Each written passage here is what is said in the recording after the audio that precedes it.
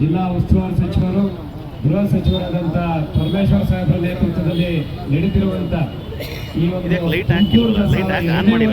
ಕಾರ್ಯಕ್ರಮ ಪರಮ ಪೂಜ್ಯ ಸ್ವಾಮೀಜಿಗಳವರ ದಿವ್ಯ ಸಾನ್ನಿಧ್ಯದಲ್ಲಿ ನಮ್ಮ ಡಿ.ಸಿ ಅವರ ಬಳಿಯ ಪ್ರಾಸ್ತಾವಿಕದಲ್ಲಿ ಹೇಳಿದ್ರು, ಒಂದು ಕಲ್ಲು ಕೆತ್ತಿ ಹೆಂಗೆ ಶಿಲೆ ಆಗಬೇಕು ಅಂತ ಹಲವಾರು ವರ್ಷ ಬೇಕು ಅಂತ 2ನೇ ವರ್ಷಕ್ಕೆ ಕೂಡ ಒಳ್ಳೆ ಅತ್ಯುತ್ತಮವಾದಂಥ ಶಿಲೆ ಆಗಿದೆ ಈ ಒಂದು ತುಮಕೂರು ದಸರಾ ವಿಷನ್ನು. ಯಾಕಂದ್ರೆ ಅವ್ರು ಮಾಡೋದು ಯಾರಿಗೇನು ಸ್ವಾರ್ಥ ಅಲ್ಲ, ಯಾಕಂದ್ರೆ ಯಾರೇನೇ ಹೇಳ್ಬೋದು, ನಾವು ಬೇರೆ ಬೇರೆ ಪಾರ್ಟಿ ಇರ್ಬೋದು, ಮತ್ತೊಂದಿರ್ಬೋದು, ಇದು ಜನಕ್ಕೆ ಅನುಕೂಲ ಆಗ್ತದೆ. ಇದು ಯಾವುದೇ ಒಂದು ಕಾರ್ಯಕ್ರಮ ಈ ದೀಪಾಲಂಕಾರವನ್ನ ಮಾಡಿಕೊಟ್ಟಿರ್ತಕ್ಕಂಥವ್ರು ಅವರೇ. ಅವರಿಗೆ ನಾನು ವಿಶೇಷವಾಗಿ ಅಭಿನಂದನೆಯನ್ನ ಸಲ್ಲಿಸೋದಕ್ಕೆ ಬಯಸ್ತೇನೆ. ಬೇರೆ ಬೇರೆ ಊರಿಂದ ಎಲ್ಲ ಬಂದು ಇಲ್ಲಿ ನೋಡ್ಕೊಂಡು ಹೋಗಂಗೆ ಮಾಡಿದ್ದಾರೆ. ಧನ್ಯವಾದಗಳು. ಮುಂದೆನೂ ಕೂಡ ಹೀಗೆ ಮಾಡಿ ಕೊಡಬೇಕು ಅಂತ ಈಗಲೇ ಅರ್ಜಿ ಹಾಕ್ಬಿಡ್ತೀನಿ. ಅದರಿಂದ ನಿಮ್ಗೆ ಒಳ್ಳೆಯದಾಗಲಿ. ಸಂದರ್ಭದಲ್ಲಿ ಹೇಳಿ ತಾವೆಲ್ಲರಿಗೂ ಶುಭವಾಗಲಿ. ದಸರಾ ಹಬ್ಬ ನಾಡ ಹಬ್ಬ, ನಾವೆಲ್ಲ ಆಚರಣೆಯನ್ನು ಎಲ್ಲವನ್ನು ಮರೆತು ಆಚರಣೆಯನ್ನು ಮಾಡತಕ್ಕಂಥ ಸಂದರ್ಭ. ಹಾಗಾಗಿ ಈ 11 ನಾವೆಲ್ಲರೂ ಕೂಡ ರೆಸ್ಟೋರೆಂಟ್ ಮಾಡಿದ್ದಾರೆ.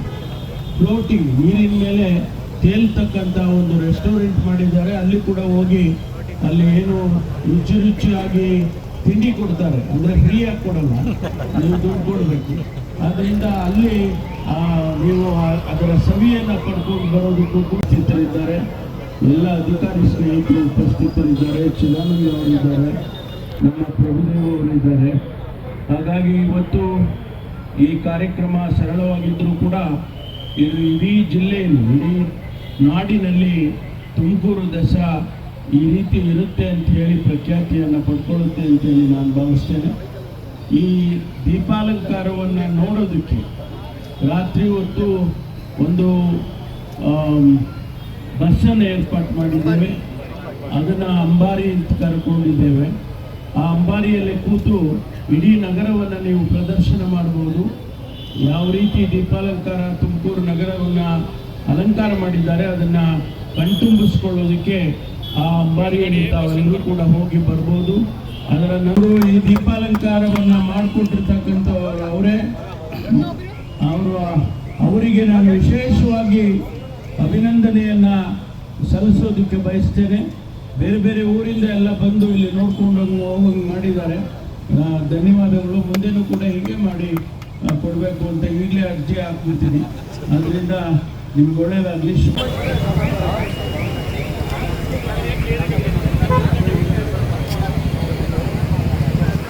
ಮೊದಲ ಹೆಜ್ಜೆ ಇಟ್ಟು ಅತಿಥಿ ಗಣ್ಯರು ಬಸ್ ಒಳ ಪ್ರವೇಶಿಸಿದ್ದಾರೆ. ಸಚಿವರ ಧರ್ಮಪತ್ನಿ ಸೇರಿದಂತೆ ಶಾಸಕರು ಸೇರಿದಂತೆ ಜಿಲ್ಲಾಧಿಕಾರಿಗಳು, ಜಿಲ್ಲಾ ಪಂಚಾಯತ್ನ ಮುಖ್ಯ ಕಾರ್ಯನಿರ್ವಹಣಾಧಿಕಾರಿಗಳು, ಮಹಾನಗರ ಪಾಲಿಕೆಯ ಆಯುಕ್ತರು ಸಾಂಕೇತಿಕವಾಗಿ ಅತಿಥಿ ಗಣ್ಯರು ಪ್ರಯಾಣವನ್ನ ಬೆಳೆಸಲಿದ್ದಾರೆ. ಇಂದಿನಿಂದ ಸಾರ್ವಜನಿಕರಿಗೆ ಈ ಬಸ್ ಸೇವೆ ಉಚಿತವಾಗಿ ಲಭ್ಯವಾಗಲಿದೆ. ನೀವು ಕೂಡ ಈ ಬಸ್ನಲ್ಲಿ ಸಂಚಾರಿ ಬಸ್ ಸೇವೆಗೆ ಚಾಲನೆ ಸಿಗಲಿದೆ. ಮಾನ್ಯ ಸಚಿವರಾದ ಶ್ರೀ ಡಾಕ್ಟರ್ ಜಿ ಪರಮೇಶ್ವರ್ ಹಾಗೂ ಶಾಸಕರಾದ ಶ್ರೀ